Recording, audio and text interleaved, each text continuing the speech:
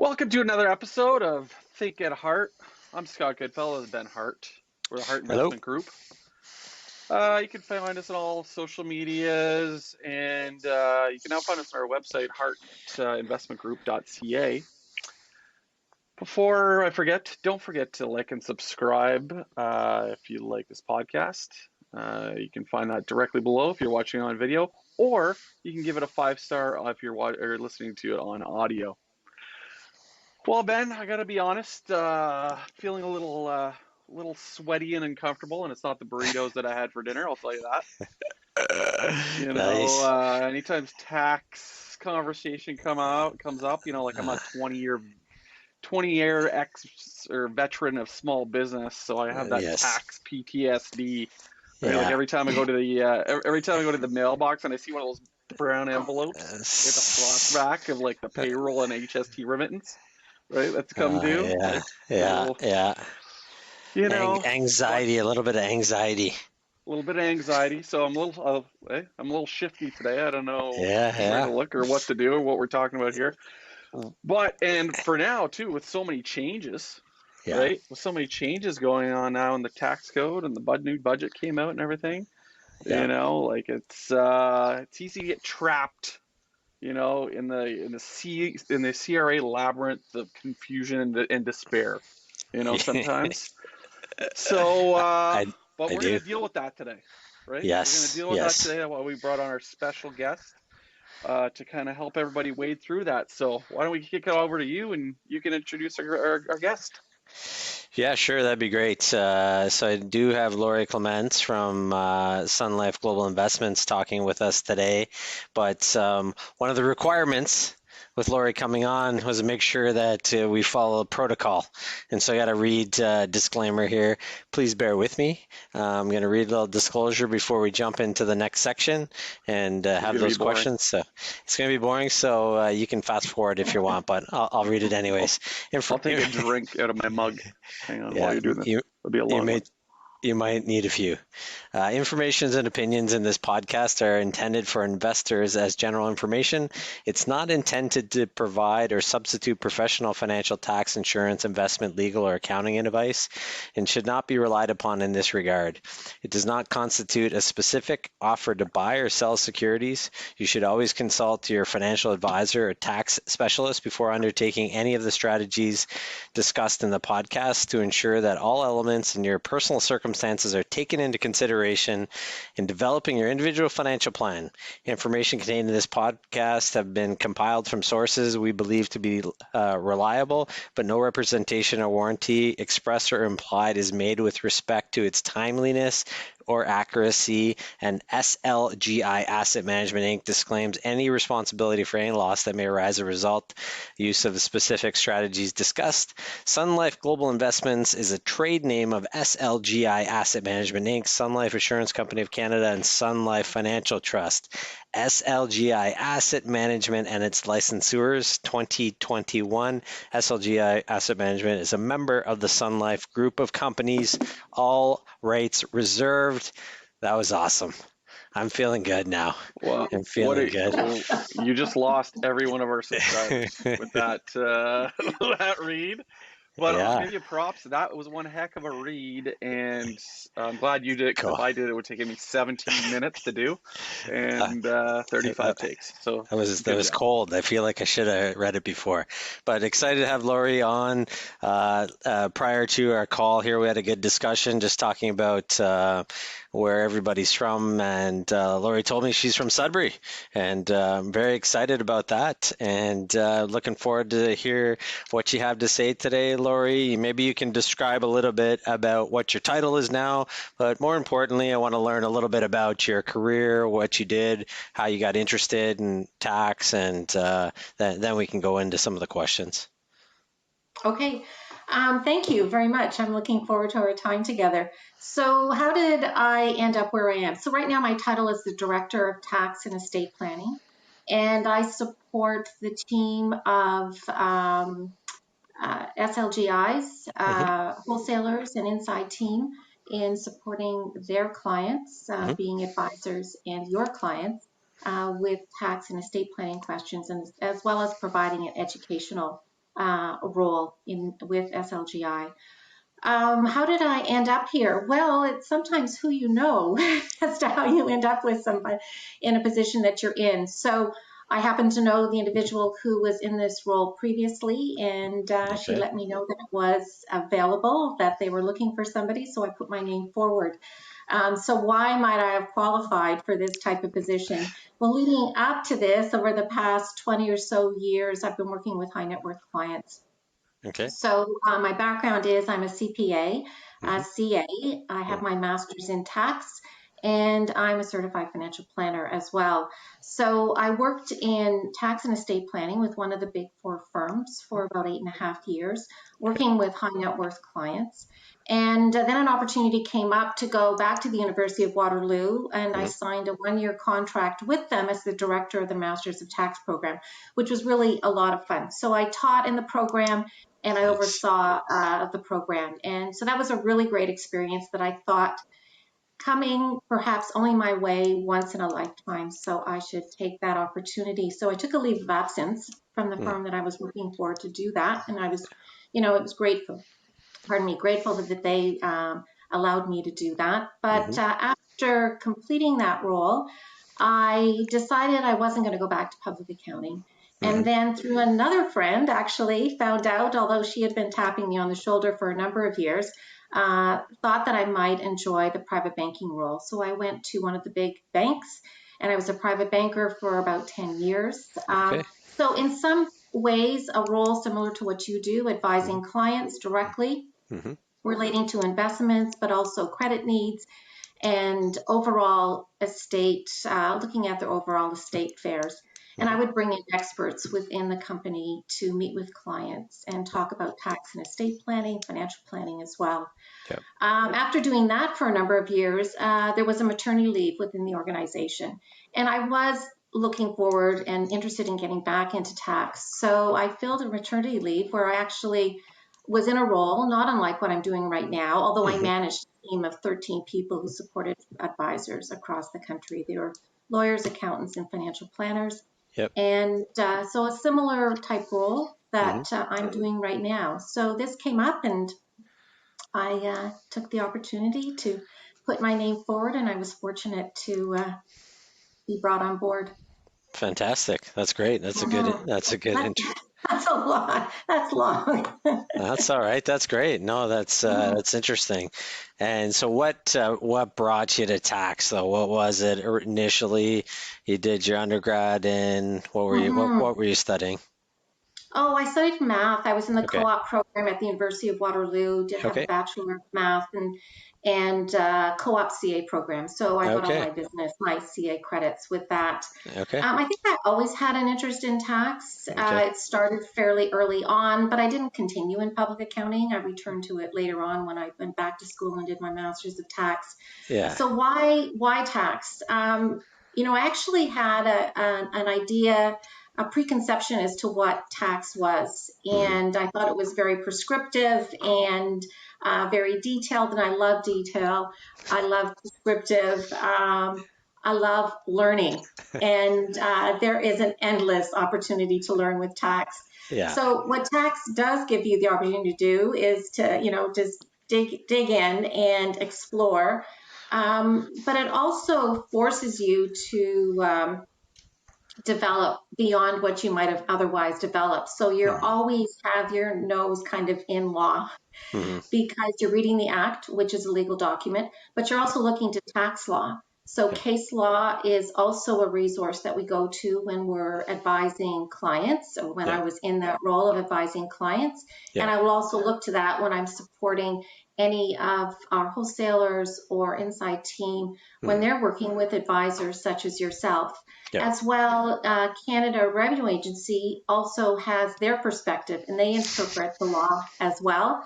And so we work with understanding their interpretations, our own opinions, in that role, looking at case law as well, and reading the Act and our own interpretation of the Act. So there's a lot that goes into it. So you're forever challenged and you're forever learning when you're in tax. And that was really what I was looking for.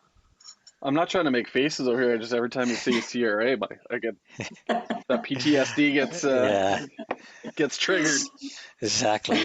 I like how you said that CRA has an opinion, but everyone else has one too. Just Well, I didn't quite say that. uh, But they I have know, an opportunity to interpret the law, of and we have course. an opportunity to interpret the law. And sometimes we come together, and sometimes we might not. Yeah, But overall, it's important to have a relationship with whoever you're working with. for sure. For sure. Well, yeah, that's interesting. I mean, that's part of what I like about this business too, is you can never stop learning. It's constantly Hmm. evolving. Obviously, tax plays a part into the decision making and things that I do Hmm. on a daily basis. But I thought maybe we could discuss some of the budget first before we get into some of the more questions that I get from clients. I thought we could cover a bunch of things. Okay. And so obviously, today is the eve of the tax deadline too. Budget Mm. out last week, so this is a really important. This is a really important time to talk about things. So, Yeah. from what you saw in the budget this year, was there anything that stood out for you that you think that was interesting for clients that kind of grabbed your attention? If not, I have a few things I wanted to ask you about. But is there anything that you saw in there that kind of you thought would be interesting opportunity for clients? Yeah, so I think that the budget had more than just pure tax changes. There weren't a lot of significant tax changes within the budget.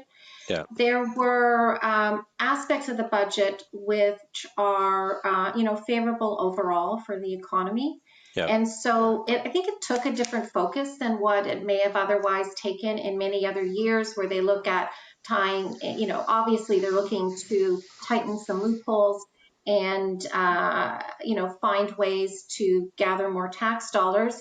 And I think their areas of focus in that area are, in my opinion, are in the right direction. hmm, Um, Opportunities that were there for business owners relate to the $1.5 million opportunity to invest in capital hmm, assets and expense those in a year. And I think that that is, excellent for businesses.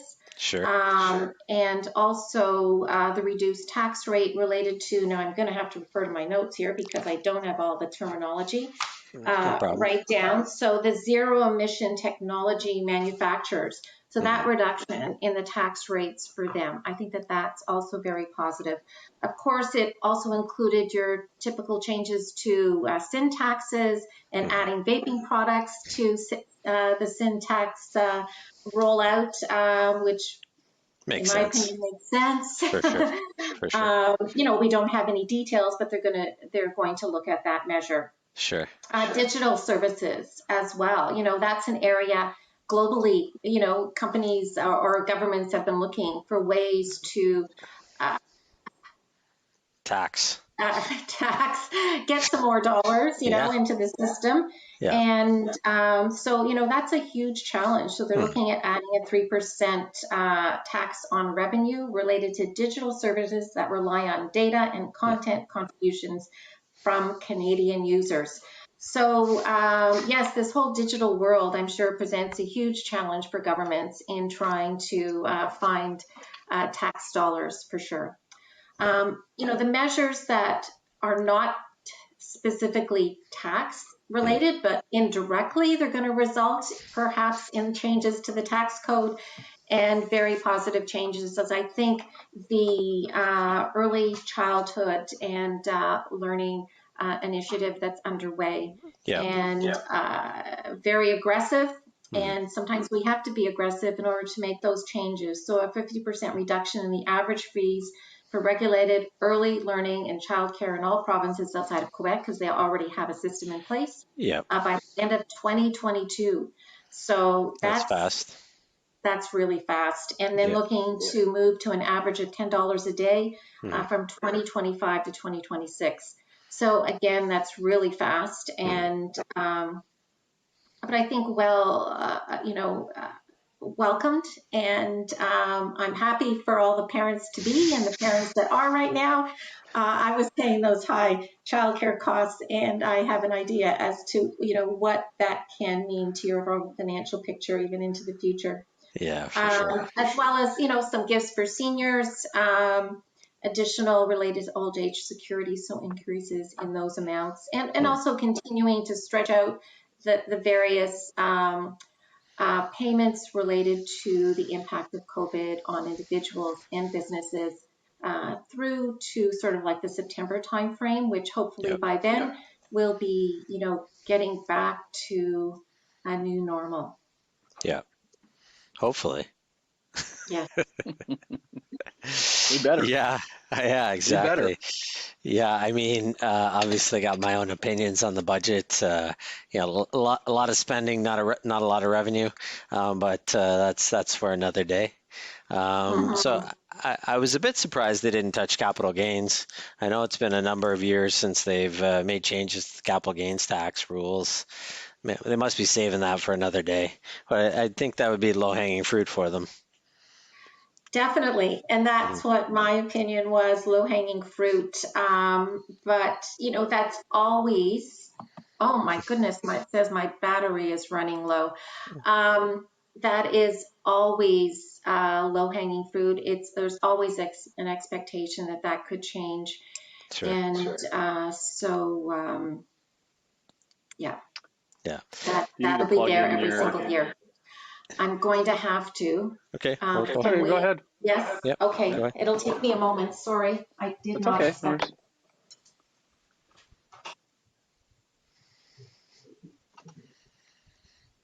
Hi, Mike. If you're watching, hope you're having fun. He is watching. Oh, he is? I can see him in there. Well, I can just see there's 4 people in there.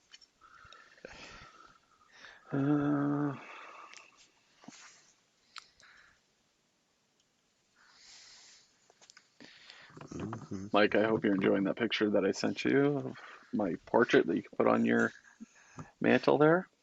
I hope you mount it. Yeah, I expect to see that in our next Zoom call.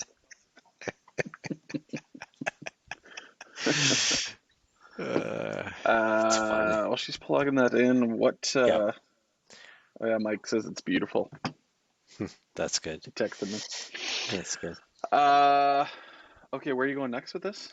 Next, so since I brought up capital gains, I want to talk about just the different types of income people receive, like different tax rates for capital gains, interest income, dividends, and kind of have a discussion around the different types of income people receive.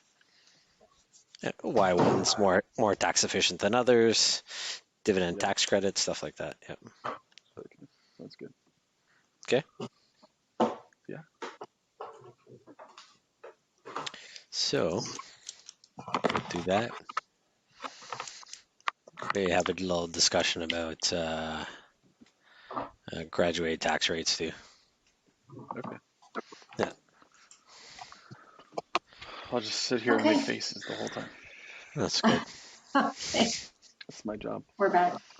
Yeah. Okay. Good. Okay. Perfect. Let's for the editor's standpoint, let's go. I'll just give a 3, 2, 1, and then Ben, why don't you jump in with the next question?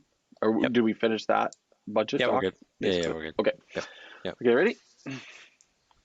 3, 2, 1. Yeah, so I guess that was a good discussion around the budget. Obviously, there wasn't anything really crazy that came out of it, but since we're talking about capital gains, I thought it'd be a good time to maybe talk about kind of the different kinds of income people receive. It's one of those things that I still think is pretty misunderstood. From the perspective of interest income, capital gains, dividends. I think people still don't really understand the kind of the different rates and how that works. So, I thought maybe we could have a little discussion around the different types of income, and maybe a little bit of kind of understanding around marginal tax rates. I still think people don't really get that concept. So maybe we could start with, maybe you can give me an idea of a quick description of what is a marginal tax rate for people, kind of simplify it. How does it work? How do you those incremental dollars make a difference? And then we can talk about the different types of income that clients receive. Okay. So for individuals, we operate within what's referred to as a graduated tax rate system. So we have various brackets. So up to, I don't have them memorized, but say up to $20,000, you pay tax at a certain rate. Between 20 and 40, you pay tax at a different rate, and between 40 and 60. So based upon those individual brackets, whenever you move into the next bracket, every dollar of income that you earn, you pay extra tax on that income. So that is your marginal tax rate. So if you move from a 15% rate of tax into the next bracket, say that's 22%, your marginal tax rate is 22%. So for every additional dollar of income you earn, you pay 22% tax on that dollar of income. So as we move up through these brackets, whatever our highest bracket is, so for somebody who's in the highest bracket, they're making, say, around $220,000 a year for tax purposes, then every additional dollar that they make, they pay about 54% of tax on that every additional dollar they make. So that's what the marginal tax rate is. It's when you move into that next bracket, how much tax do you pay on every additional dollar of income? 54% is painful. It's a big number. Now that's an estimate. It's rounded, but anyway, it is a big number. For sure. Yeah. So that's why I think the income you receive as you go up into the different tax bracket makes a big difference too. And so oftentimes, as I have clients start to think about retirement, we start to really have more conversations around this, around the different kinds of income they're going to receive. The difference between interest income, dividend income, and capital gains. I think people still don't realize the power of dividend income, where you could make. I think that number is up to around 53,000, something like that now. Yeah, probably close to that. Yeah, before you pay any tax. Right. So. Right. Yeah. Yeah, I don't know the number exactly, but years ago it was around 40, so it's probably up around there right now. Just talking about the different types of income. So we have the income that is taxed at the least favorable rate is employment income. Yes. Employment income and interest income are taxed in the same way. So every dollar that you earn gets taxed. Other types of income like that are rental income as well. So, as an employee of a company, you have limited opportunity perhaps to take advantage of any preferential types of tax treatment. That being said, you can make some choices when it comes to investing. So if you're investing in shares of a corporation or a fund that pays out dividends, then dividends are a tax-preferred type of income. And the reason for an individual, and the reason that is because there is a certain amount of tax that is paid at the corporate level, and you get to take advantage of that tax having paid at the corporate level, and so you pay a lower rate of tax. And we have a mechanism within our tax system that allows us to do that. And then when it comes to capital gains, so when you sell your investments, and hopefully you always have a capital gain, you don't have any capital losses, only 50% of your capital gains are included in your income. So as a result of that, you're not paying as much tax on each additional dollar of capital gain that you earn. So there's where we have preferential treatment. You're taking a risk, and I believe that's why the government has said, and it's an opportunity to invest in business and which helps to fuel the economy in this country. So the most preferential rate of tax is related to capital gains. The next would be dividends, and there's two types of dividends, but that's a pretty complex topic. And then the least favorable is interest, rental, and employment income. Yeah, so it's fair. I mean, just a brief discussion about the dividends, though. It has to be Canadian Yeah, company in order to get correct. the dividend gross up or dividend tax credit. Yeah. Yeah. And maybe just another comment just on dividends too, because I still think people don't necessarily know how if you own foreign companies inside of a registered plan, you don't pay any withholding tax, correct? Correct. Yeah, Yeah. within an RSP, Okay. not within a TFSA. Okay. So yes, that's a very good point. When it comes to foreign source income, that's treated similar to employment type income. So all of it is included in your income. If tax has been withheld at source, you can then use what's called your foreign tax credit, and that offsets the amount of tax that you have to pay when you file your tax return. Okay. Some or all, some or a portion of it. There's a Okay. calculation in the background which determines how much you can claim. Yeah, and it's different with each country, I suppose, as well.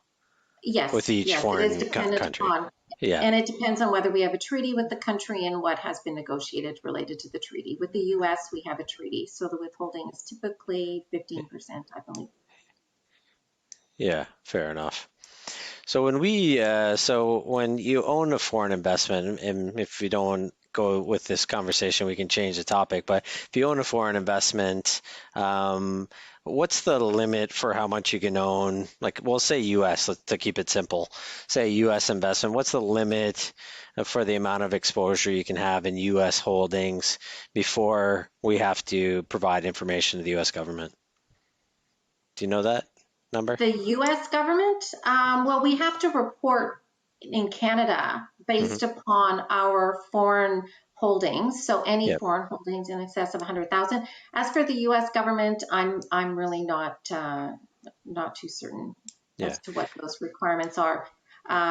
Especially for a Canadian, for a Yeah. US person, there are certain filing requirements that they have to complete Yeah. to meet the filing requirements for U.S. purposes. So they have a lot Yeah. of reporting related to their U.S. assets, their assets, whether they're Mhm. Canadian or U.S. or any other assets that they hold. Mhm. But so if a Canadian owns more than 100,000 in foreign holdings, they have to file a separate reporting. Yes. So Yeah. in Canada, it's a T1135.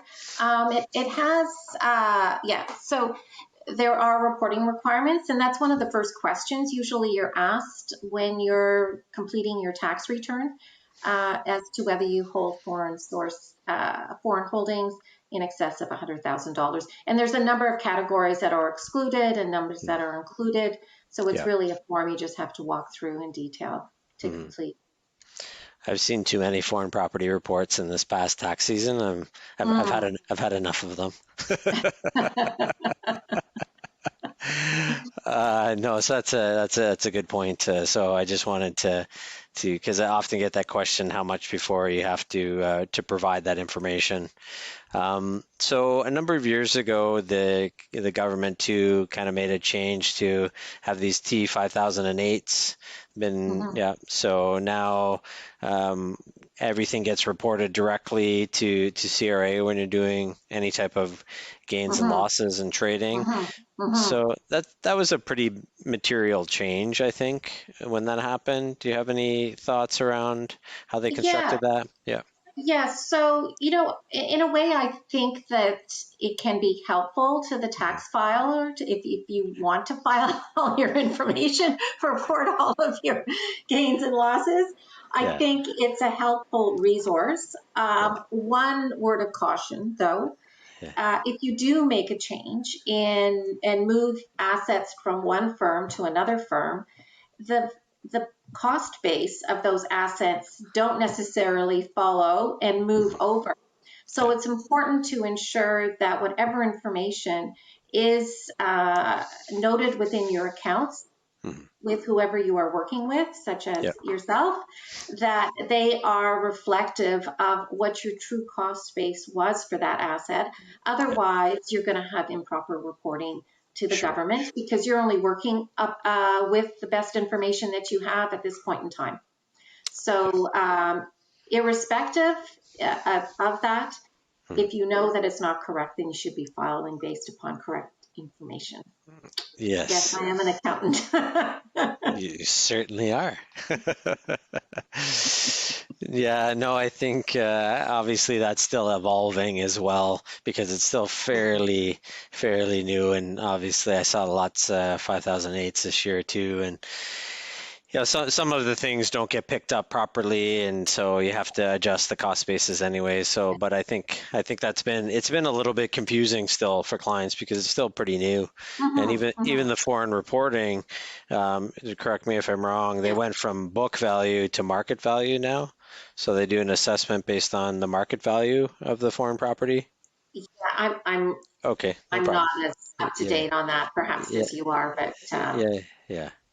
No, no, fair enough. Fair enough. So one of the other things that I all the time talk about with clients, particularly when they start to get ready for retirement, is everyone wants to have this conversation around CPP and OAS. Like, when should I take it? Should I defer it? What's the number? What's the crossover point? When's it going to benefit me? A big conversation about this all the time. Almost every single client going into retirement wants to have this conversation. So maybe you can describe that a little bit. Maybe tell me a little bit about, well, maybe keep it simple to start with CPP, taking it early, taking it at 65, deferring it. Let's maybe have a conversation around that. okay. So the answer is it depends. So you can take, just to review the rules, you can take CPP as early as age 60 and you can defer it to as late as age 70. And if you take it early, then it gets reduced based upon a monthly percentage. And if you take it later, it gets increased based upon a monthly percentage. So why would individuals take it early? Perhaps because their bloodlines indicate that perhaps they may not live as long and might not get the benefit of all the contributions that they have made. You might take it early because you're looking for some additional cash flow. Perhaps you haven't taken advantage of the tax-free savings account, and you could take some of those earnings and move them into the tax-free savings account and hopefully benefit from some growth there. It could be that you're coming into some years where you're probably not going to pay as much tax, so why not bring that into income now? And at age 65 is when there's the opportunity perhaps for clawback that's related to OAS. But by taking those amounts earlier, you're not receiving as much later on, and that might reduce the risk perhaps of a clawback of your OAS.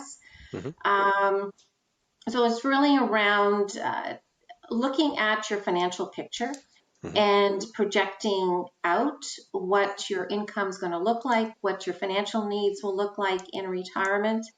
And you're always there's always some assumptions in the mix.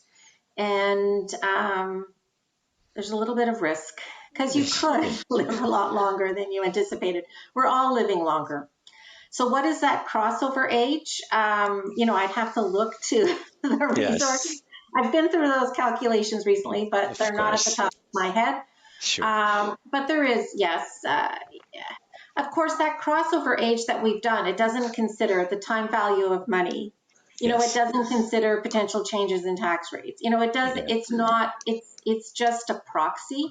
It's not as mathematically correct or exact as maybe if you want to know for sure what that exact number is and what that exact time is. With OAS, you also have the opportunity to defer. You can start taking OAS at age 65, and actually the government automatically starts paying you OAS at age 65, so you have to communicate with them if you do not want to receive OAS at that time.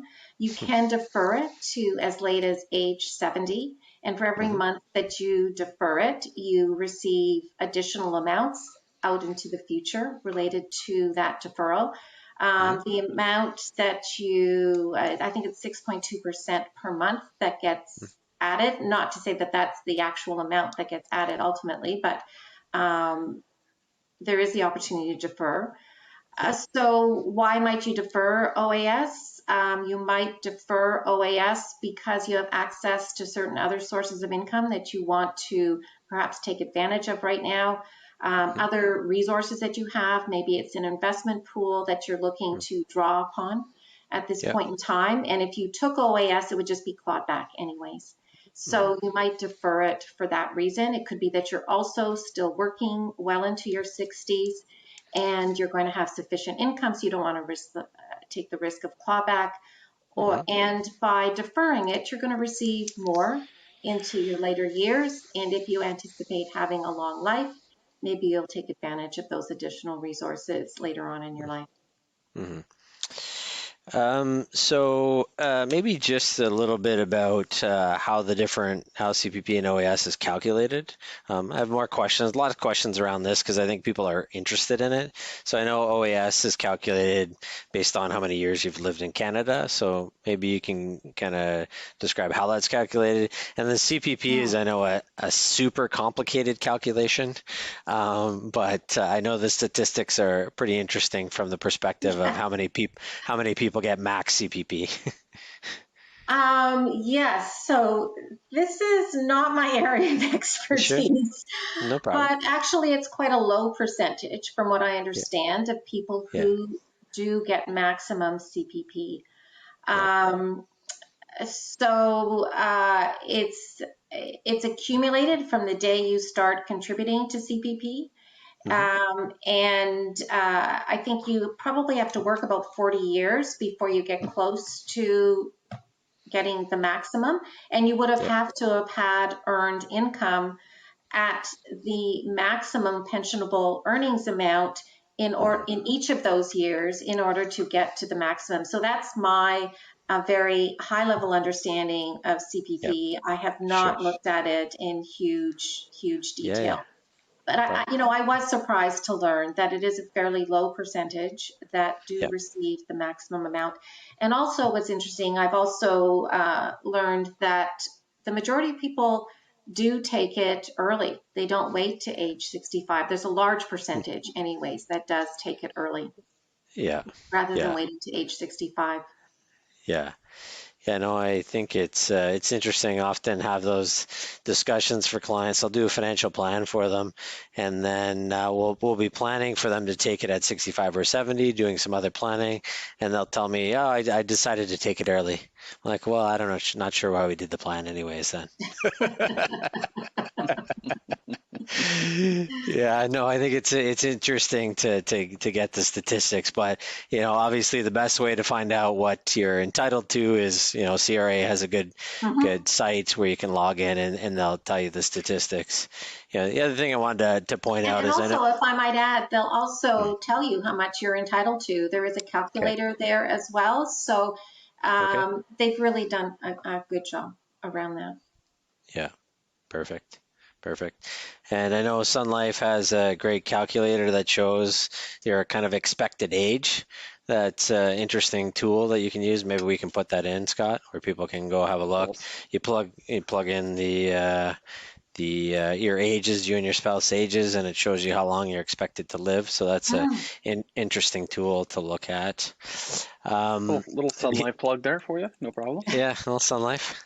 And give and take. Yeah, exactly.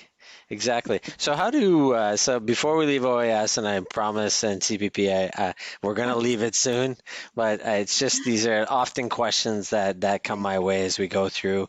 Just what happens to the income if you're in a relationship when one spouse dies?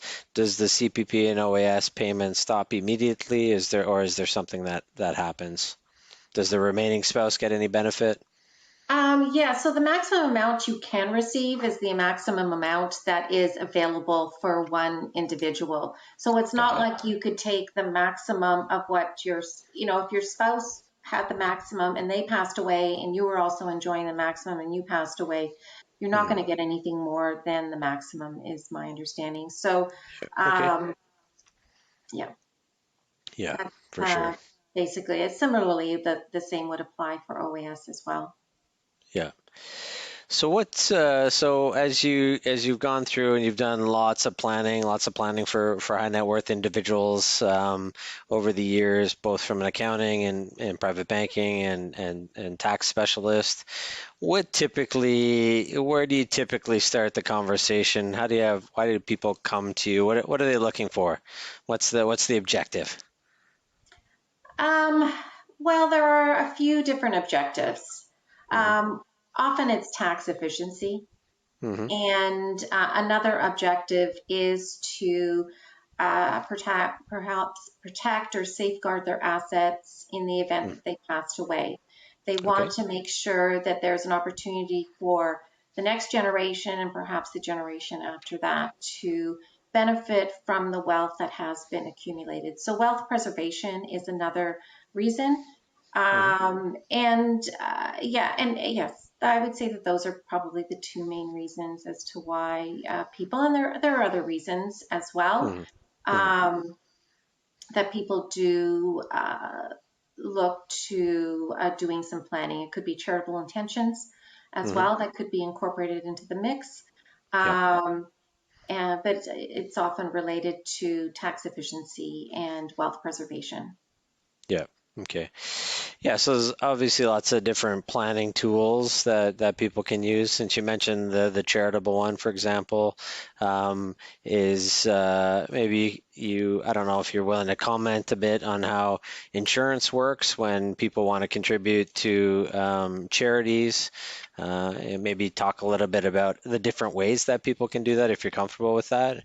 Mhm. Whether, maybe you can describe how people might use insurance to provide something to charities.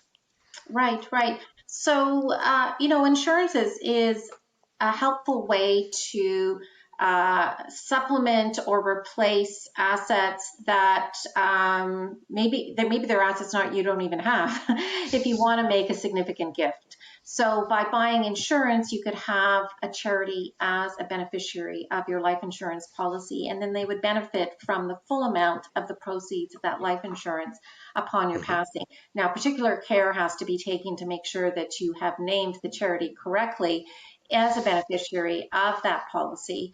So Hmm. that is one way. Insurance is sometimes used as well to perhaps replace the tax that would have otherwise been payable by the estate upon your death so that the estate ends up being more whole. Hmm. And so that might be another reason why insurance is used.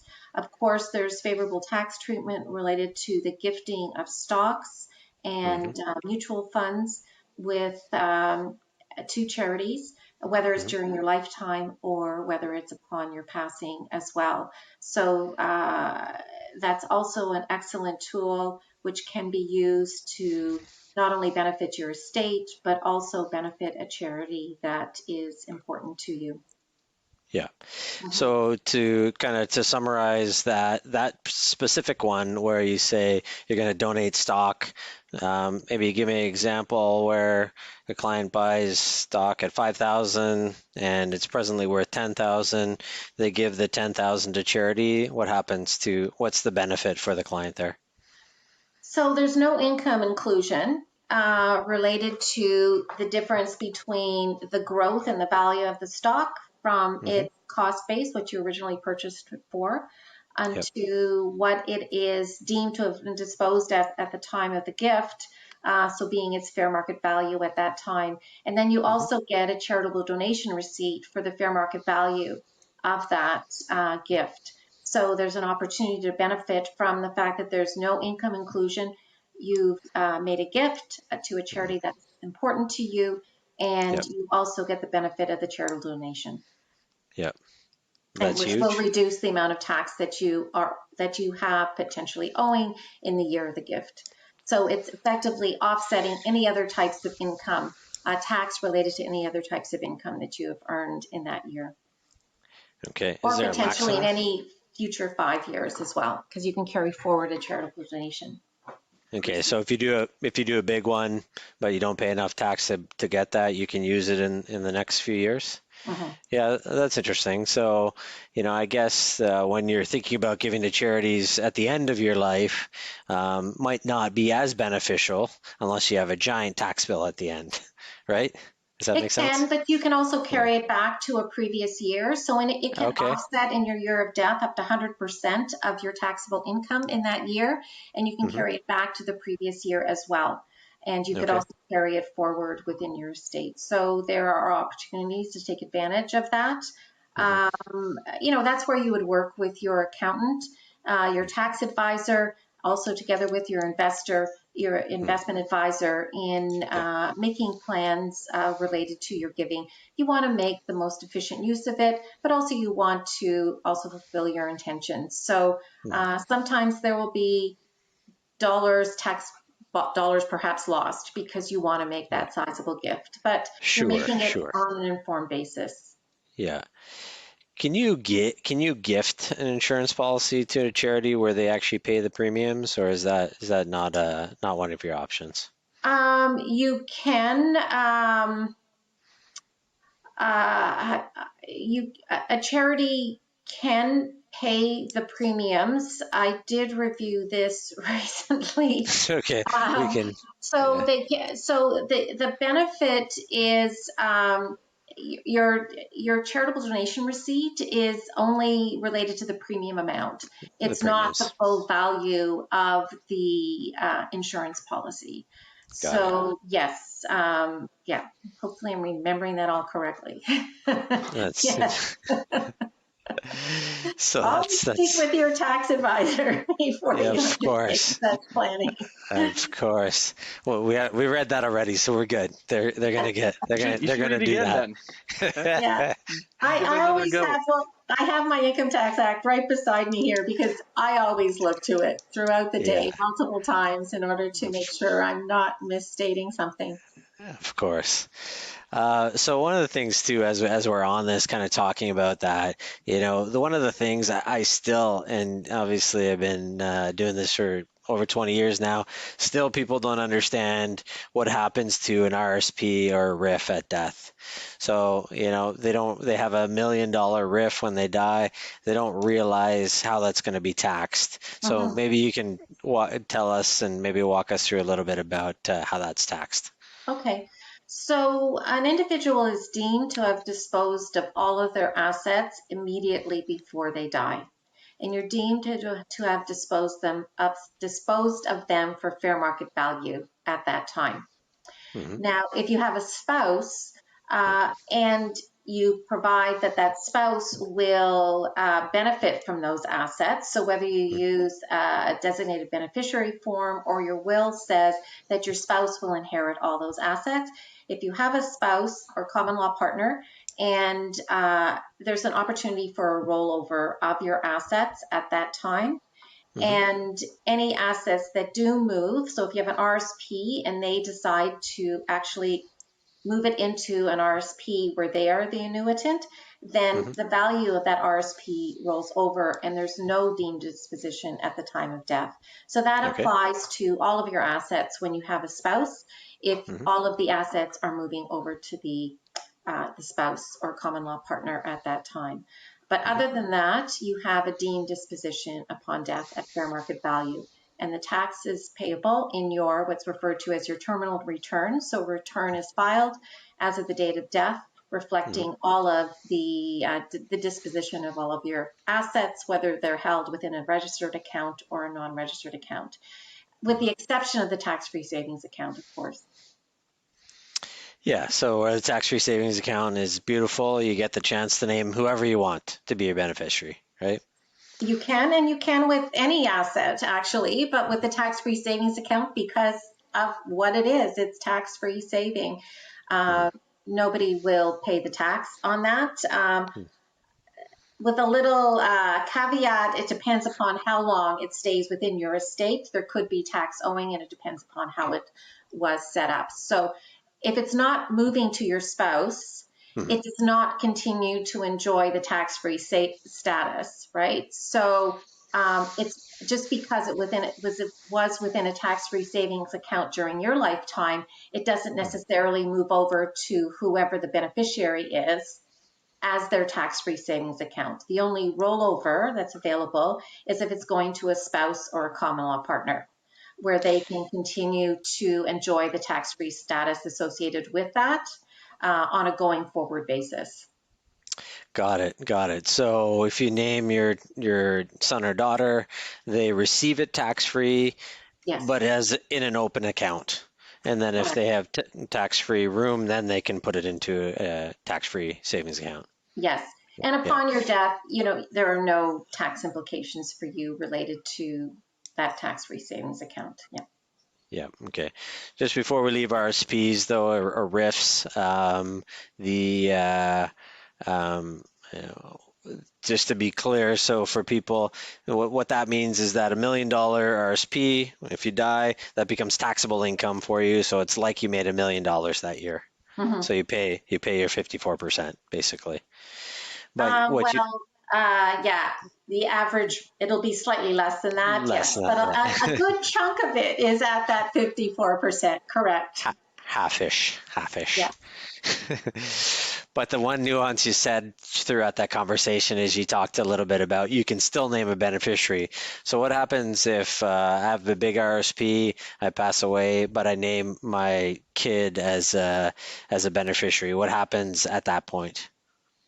So we've got a designated beneficiary form where the child is named as the beneficiary. So the assets transition outside of the estate directly to the child, but the estate remains liable for the tax associated with that RSP or RIF.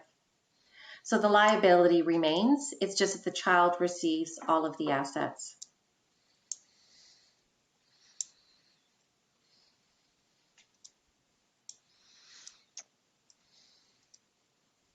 I think Ben is frozen. Ben's frozen now. We'll just wait for him to come back. Okay. Here. He froze at a good time in the conversation. Yes, it was at the end of a thought. Let's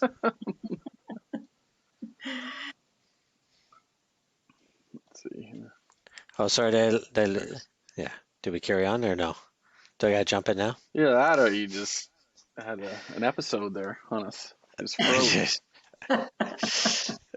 When I heard I had to pay 50% tax, I got into the frozen zone. Okay, so you probably answered the question, but do we want to go back to that where, or did you answer the question about what happens if you name a beneficiary and they receive the assets? Did you answer that? I did. Yeah. Okay. Yeah. Okay. Yeah. Finish the thought. So okay. If you want to go from there, we'll go 3, 2, 1. Go. Okay. Perfect. Yeah, so that obviously that's going to be a pretty big tax liability for somebody to be responsible for, and maybe we can talk a little bit about the executor, right? So they made a number of changes years ago, or a few years ago, where the executor is now, I guess, legally liable for. I know we're kind of in that gray area between tax and legal right now, but the executor becomes responsible to make sure that tax is paid. Is that what happens? I'm not a lawyer. Yes. I am not as current, perhaps, on those rules related to the executor's responsibilities in connection with the estate. An executor always has a duty of care and to be prudent in all decisions that are made. So there's always been liability associated with the role of a director. I'm just not sure what it is specific to a tax liability. Yeah, that's fair. Often because it's lots of people want to avoid probate. Mhm. And so they name their beneficiary. Maybe we can talk a little bit about probate and the costs. And I think people have this in their mind that it's a giant number, and so they're going to do things at all costs to avoid probate, like joint accounts with kids or grandkids. And maybe can you tell me a little bit about the probate tax? Okay, so the probate tax, which is actually the estate administration tax, we just continue to call it probate, refer to it as probate. But it did come into Yeah, being about 20 years ago or so as under the EAT, the Estate Administration Tax Act. And there's been a recent change actually to it. So the first $50,000 in hmm, value of your estate is not subject to probate tax. And any value above that is taxed at the rate of 1.5%. So it's not a okay, huge tax. And what probate is a process by which the courts go through in order to validate that this will that's being presented is your final will and testament, is what the intention there is. So effectively, it should protect the executor or the trustee in connection with the administration of your estate. I would yeah, say some degree, anyways. And unless something pops, comes out of a drawer sometime down the road, but that would be dealt with, I'm sure, at that time. yeah, So yes, there is planning that is done. Maybe not always on as an informed basis as it can be, hmm, should be perhaps. hmm, yeah, So I think it's important to look at what the ultimate cost could be, look at the hmm, implications of setting up joint accounts, because they don't fall to the estate. And, one child, although inadvertently, could be seen to be favored over another child, and that can hmm, cause family issues forever and ever. And, I don't think most parents want that.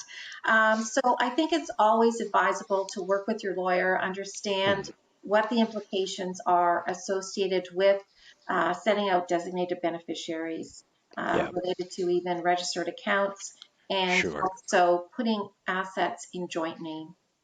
Yeah. Yeah, it's a tricky and challenging one, Mhm. especially as clients get on in age, and kids want to uh, try to help with the one of the parents' is planning needs, whether it's because of nursing homes and things like Yes. that. They kind of want to be added on. So I've had clients ask me before, could I be added as a joint account holder but not be responsible for the tax? Maybe you can comment on that. Okay. What's important is to document. And you're taking on additional liability as well related Of to, course. Mhm, who are you taking instructions from? mhm, And I think what's key is to document what the intention is. It's mhm, also important to inform your accountant, whoever's preparing your tax returns, mhm, that it doesn't inadvertently happen, because in a joint account, then any T3 or T5 slips are typically issued in the name of both joint account holders. mhm. So there was no intention to transfer ownership. It's done for ease of administration following the passing of the parent, usually. And Yeah. so you want to continue to report the tax in the hands of the person whose assets they actually belong to. And and it's important that everybody in the family is aware, or at least the parent is, confirming for you that that's the Mhm, intention. And I would be taking notes. I would be documenting it permanently, in a file, and making sure that you're on record, because you mhm. definitely don't want to be perceived as having provided advice related to that. Yeah. Yeah. Because those assets will transfer outside of the estate. Mhm. And who's going to pay the tax liability on it? It's going to be the beneficiaries of the estate. So a lot of care has to be happened, and I understand why you want to do it. It's related to ease of administration, and Yeah. perhaps to help with managing the parents' affairs when they may no longer be capable. Hopefully all the family is on side with this, Mhm. and and you would, you'd have to make sure that the necessary power of attorneys are in place if there is a situation where the person perhaps no longer has the capacity to make those decisions. It's a very difficult position that you're in working Yeah. with clients with when that is, asked or proposed to you. Mm-hmm. Yeah, so certainly it is, and you deal with everyone's situation differently, as you say. But so just so I'm understanding, so you can potentially, like the accountant could potentially say to CRA, this tax is all responsible for the parent. Like they can ask for that. Is that kind of what you're saying? Well, you would file on that basis, On and it that could basis, okay. happen that Yeah. when CRA processes the tax return for the son or daughter, that they automatically add 50% of the income to their tax return. So then the son or daughter will have to go to CRA and say, this is what we've done. So then you're Yeah. into working with CRA and Yeah. getting your tax return amended to reflect what is truly your income and showing that 100% of the income was reported on your mother or father's tax return. So Yeah. it can create a bit of a headache, and it can happen year after year after year. So, but document, just Yes, document, of course. Yeah. and Yeah. then as soon as you see that something isn't aligned, then respond to it immediately. Don't wait until it's a statute bar period and you can Yeah. no longer change it. Great. Awesome. Here's Or you another may one not that, want to change it. You can always change it when it's potentially statute barred, but you might not want to open those things up. yeah, for sure. There is another one that often conversations about. Lots of clients have cottages or second properties, and they're trying to plan around the tax situation. They'll look at selling their principal residence and moving into the cottage or vacation property. Maybe describe kind of the tax rules around that, and if you shift from your current house to your vacation property, what's the tax liability at that time?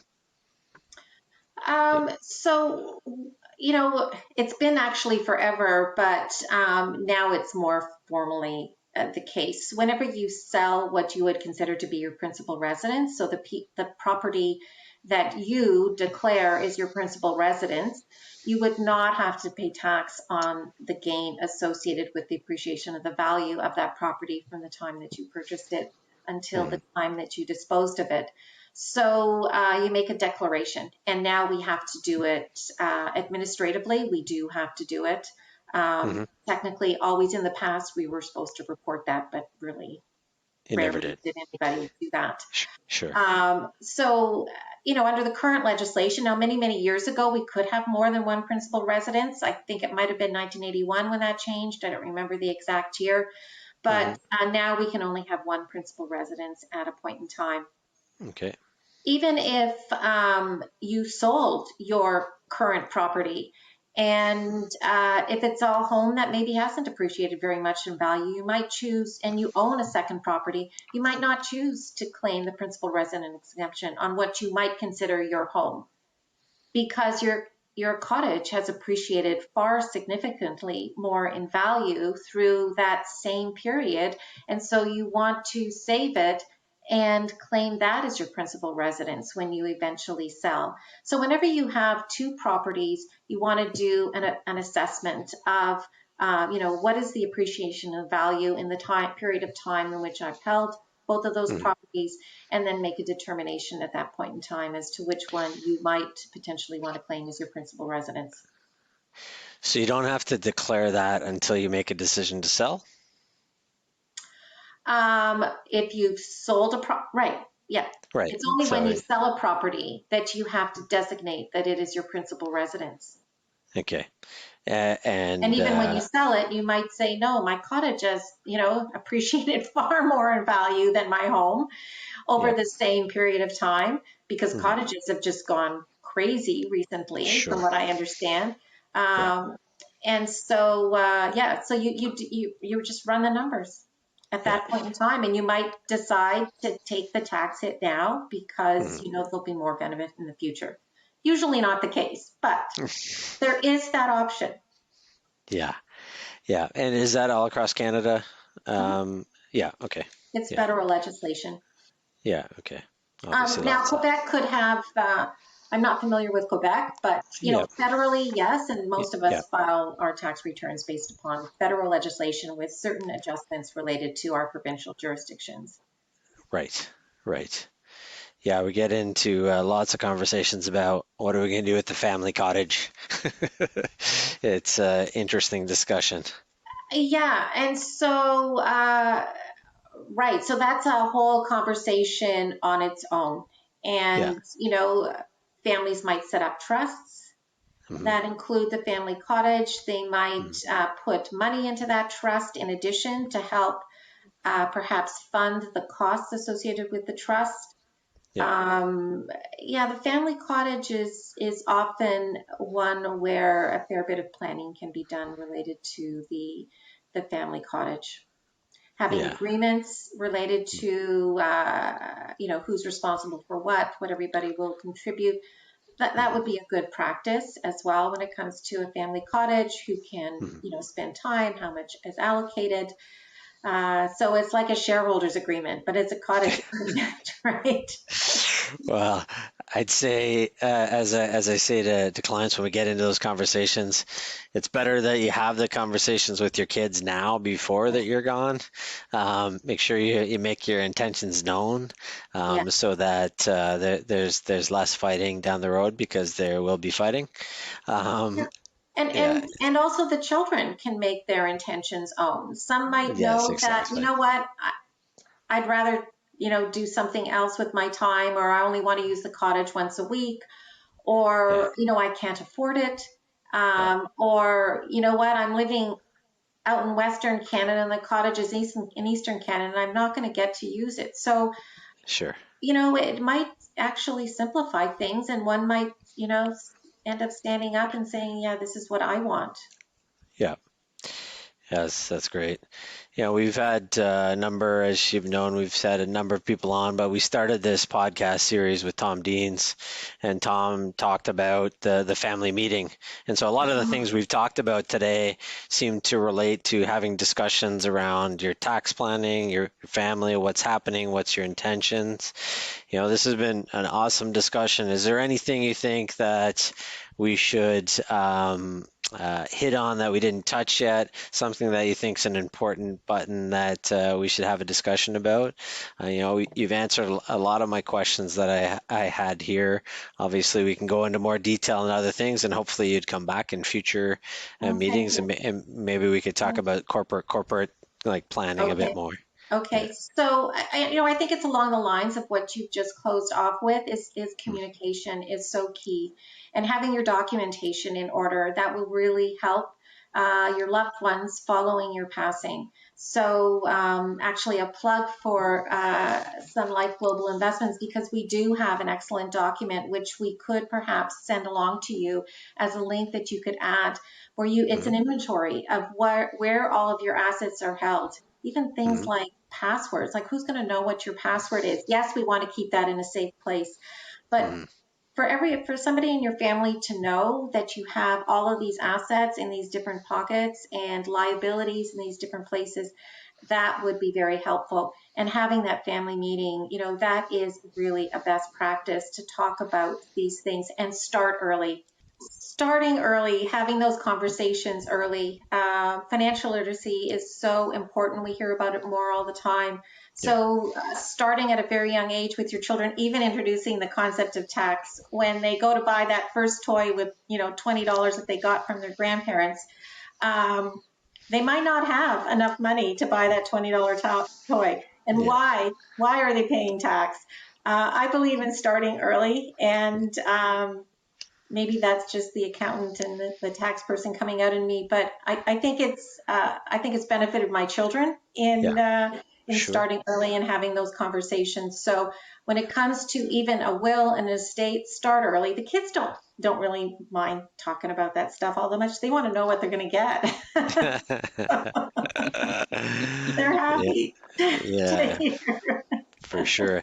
We definitely have tax discussions in our house when my kids are 12, 10, and 8, and when they say, "Well, this is free," I'm like, "That is not free." So we definitely have those discussions. So Well done. Well yeah. done. Yeah. So Lori, this has been awesome. Scott, was there any other questions that you wanted to add before we wrap it up? No, I don't have much, like today I've learned a lot, that's for sure, and I feel better, like I started off being a little frazzled by my past, but this has been therapeutic for me, and I'm really glad that we did it, and hopefully we can do it again. Yeah, absolutely. Absolutely. Yeah. Thank you. Awesome. Yeah. It's been Well, fun. Awesome. great. Great. Well, thanks very Okay, much. thanks again. I guess that's an episode, and we'll see you next time.